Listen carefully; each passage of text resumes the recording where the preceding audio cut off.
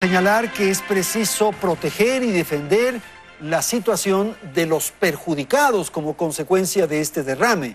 En tal virtud, señor procurador, ellos, los perjudicados, podrán plantear una nueva demanda por los daños ocasionados o tendrán que empezar en cero. Justamente eso es lo que establece el laudo. Ya. Ojo, cuando hablo del laudo siempre hablo los términos contenidos en él y de ninguna manera quiere decir que estoy diciendo de entrada que le daremos cumplimiento. Quisiera también poder hablar un poquito más sobre eso más adelante. De modo que tienen que empezar nuevamente. El laudo dice concretamente que los pobladores de la Amazonía tienen libres las vías para iniciar nuevas acciones por daños personales que ellos habrían sufrido, por violación a sus derechos individuales. Esta es una precisión que quisiera hacer. El laudo lo que dice es que cuando el Ecuador libera a Chevron, a Texaco, de responsabilidad en el año de 1995 y 1998, lo hace respecto de las acciones por derechos colectivos y que las dos acciones iniciadas por ellos, por los pobladores de la Amazonía, la del caso Aguinda y la del caso del Lago Agrio iniciado en 2011, se referían concretamente y precisamente a derechos colectivos. Por lo tanto, a Chevron no se le puede imputar eso, pero sí se le podría imputar los daños personales sufridos por los pobladores por la violación de sus derechos individuales. ¿Y qué significa eso? Que cada uno individualmente debe presentar una demanda. Que cada uno individualmente... a ver, no necesariamente. Bueno, de esto no soy yo el abogado. Sí, ya de ellos, para darle consejos. Estoy hablando un poco, pensando en voz alta como abogado.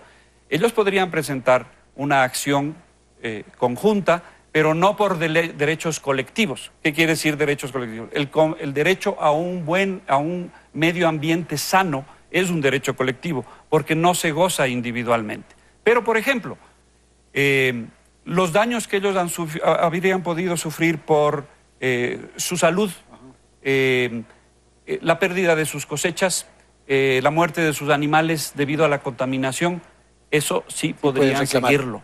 Y eso me parece a mí que sería irrelevante que lo hagan o colectiva o individualmente. Había un proceso para incautar, para embargar ciertos bienes de Chevron. Finalmente no se concretó aquello. ¿Este laudo tiene interferencia sobre eso? No estoy al corriente, le mentiría si hablara sobre eso. Vamos a escuchar una pregunta que formula un amigo ambientalista, Benito Bonilla. Él justamente tiene una pregunta sobre el tema de revertir este fallo y la posibilidad de anular el mismo. Por favor. Señor procurador, ¿cree usted que echar la culpa al gobierno anterior es suficiente para defender los intereses del Estado ecuatoriano? ¿Qué va a hacer la Procuraduría para revertir un fallo que interfiere claramente en la justicia ecuatoriana y que deja a los afectados por Chevron en indefensión? A ver, la pregunta, y aquí aprovecho para hacer una precisión respecto a algo que dijo el señor secretario general de la Presidencia, de la Administración hace unos minutos, y es que en realidad la pregunta del señor Bonilla es muy pertinente. La verdad es que todo lo que se ha hecho en relación al proceso arbitral seguido por Chevron contra el Ecuador se hizo en el gobierno anterior. No es cuestión de echarle la culpa. Objetivamente, todo se hizo en el gobierno anterior. Usted ya no podía en este periodo tan corto de... En julio de 2016 concluyó el proceso arbitral. Hasta ese momento ya se habían cumplido todas las etapas procesales y el tribunal arbitral se encontraba ya, a partir de ese momento, deliberando y redactando su laudo. En el ínterin, las únicas dos cositas que se hicieron fueron... en abril de 2018 y en julio de 2018 se les pidió información a las partes y a la Corte Constitucional sobre el fallo que dictó la Corte Constitucional en julio de 2018. Pero respecto de la defensa que el Ecuador podía realizar a partir de esa fecha, no es mucho más. Entonces, si usted se fija, el proceso arbitral comienza en 2009 y termina en 2016. Todo eso ocurrió durante la década del presidente Correa. Que hicieron bien o hicieron mal desde el punto de vista técnico de la defensa, ese es un tema que justamente estamos comenzando a analizar, advirtiendo que siempre es muy fácil hacer un análisis a toro pasado, ¿no es cierto? Cuando usted es decir, termina el partido. Claro, en el momento del proceso hay muchos dilemas procesales que hay que abordar sobre la marcha. Puede ser que muchos de ellos hayan sido equivocados, no necesariamente habrán sido hechos con mala fe.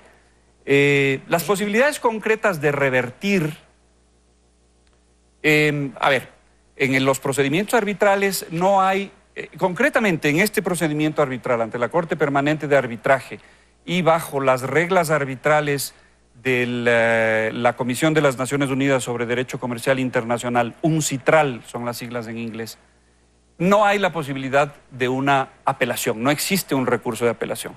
Existe un recurso horizontal, nosotros les llamamos horizontales a los que no se elevan a un tribunal superior, sino que el propio tribunal tiene que resolver, que es un recurso de interpretación. En realidad, en el laudo hay algunas cosas que nos parecen oscuras. Y si es que no hiciéramos eso, o si es que habiéndolo hecho, el tribunal no nos echara más luces sobre el tema, queda un recurso que se llama de anulación de la sentencia, pero eso ya es realizado fuera del tribunal arbitral, ante los jueces de lo civil de los Países Bajos, que es donde se encuentra la sede arbitral, la ciudad de La Haya.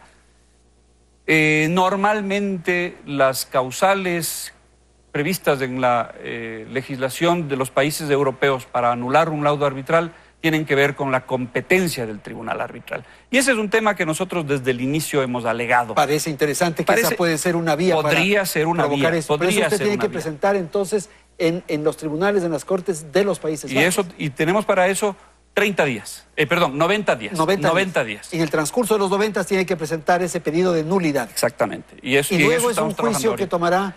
Luego eso es un juicio que tomará de 2 a 3 años.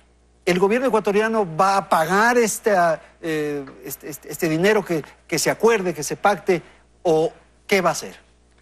Bueno, lamentablemente tenemos que... Además, pero un ratito, el doctor Salvador nos da esperanza porque dice que en 3 años o 4 años podría haber ya una resolución de estas cortes de los Países Bajos. Sí, pero lo más triste es que durante esos 3 años tenemos que seguir incurriendo en gastos legales.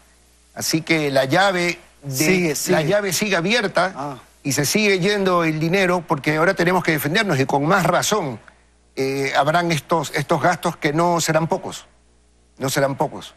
Y de allí esperemos salir bien librados, o por lo menos no tan mal, de las consecuencias que se determinen en este proceso del arbitraje. De modo que harán todos los esfuerzos para evitar el pago. Reitero nuevamente, nuestro gobierno va a agotar hasta las últimas instancias para defender los intereses del Estado ecuatoriano y de los ecuatorianos de la Amazonía.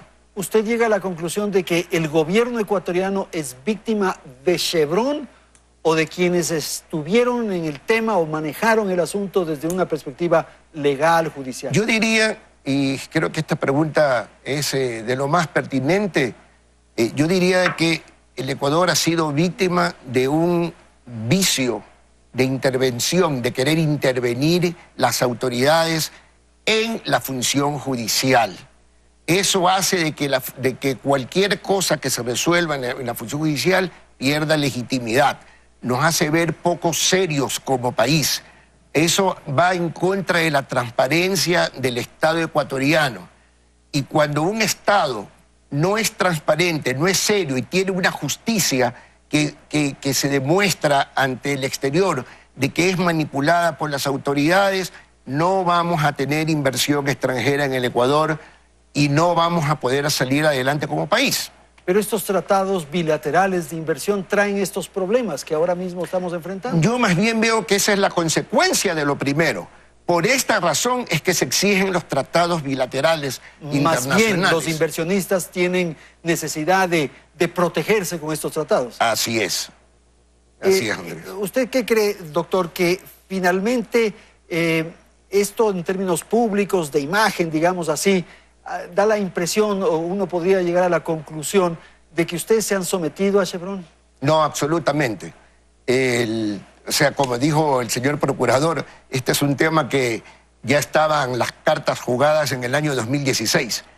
Perdón, ¿era en julio? ¿En qué fecha? Julio de 2016. Julio de 2016. En julio del 2016 Ya está. ya estaban las cartas jugadas. Ahora nos toca a nosotros heredar, como muchos de los tantos problemas que hemos heredado los 10 años anteriores, heredar un problema más que esperemos poder agotar con todos los recursos, todas las instancias, para dejar al Ecuador en